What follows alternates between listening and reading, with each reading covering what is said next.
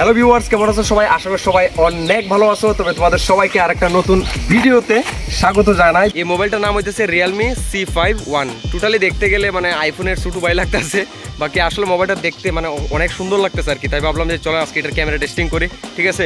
তো আজকে আমার আশেপাশে যে কিছু মানে গ্রামীণ যে পরিবেশগুলো আপনাদের কাছে একটু তুলে ধরার চেষ্টা করুন সিনেমাটিকের মাধ্যমে। আপনারা সম্পূর্ণ ভিডিওটা দেখবেন।